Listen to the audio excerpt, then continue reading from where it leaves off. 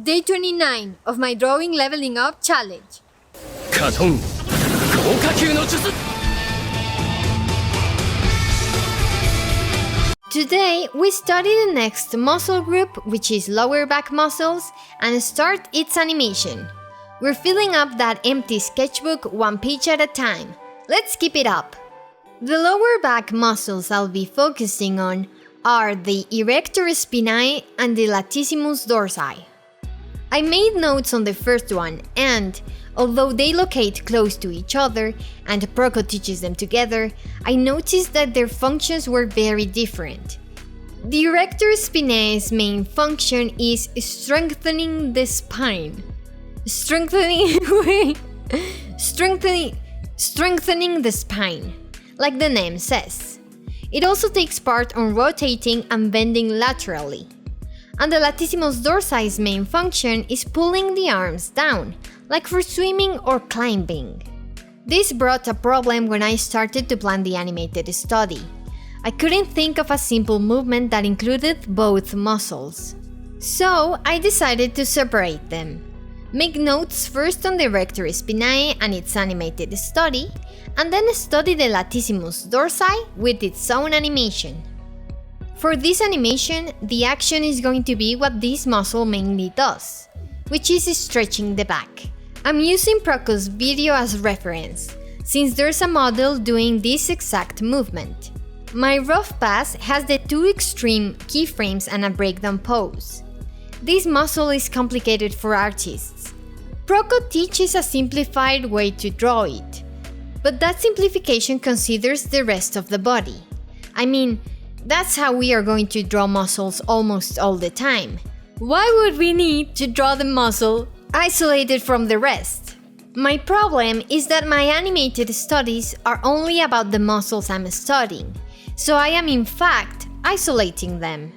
Proco's simplification is not enough. Luckily for me, he shows a bit of the complex shapes these muscles make. What I'm going to do for this animation is use the simplified double crepes arrow shape Proco teaches. However, I am adding a bit of the tendons and muscle fibers, so that the muscle makes sense while moving. For the structure layer, I'm doing a very simplified ribcage, spine, and pelvis. I don't think I need that much accuracy into where the muscle originates and inserts, so I'm not drawing detailed ribs or so.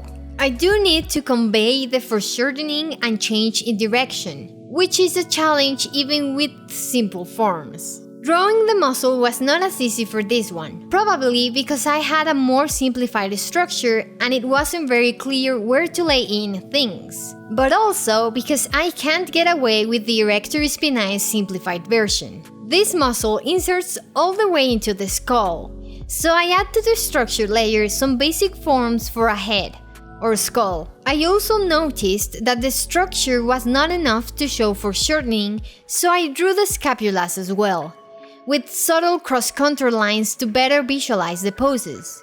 I'm not sure how the scapulas relate to the erector spinae, so I'm just making a guess. And just to finish these main poses, I do need a subtle gesture to indicate the body. It's not clear what's going on without the torso, head, and arms. I draw them lightly to not call attention to them, but still understand the poses. And that's it for today. Key poses and breakdown done. Good checkpoint as always. Tomorrow I'll finish the in-betweens and it's day 30.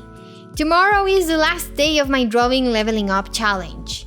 I was considering extending it, but I'm going to continue with these animated studies, and I think the daily format is not the best for them. Originally, this challenge was supposed to last 30 days, so let's leave it that way.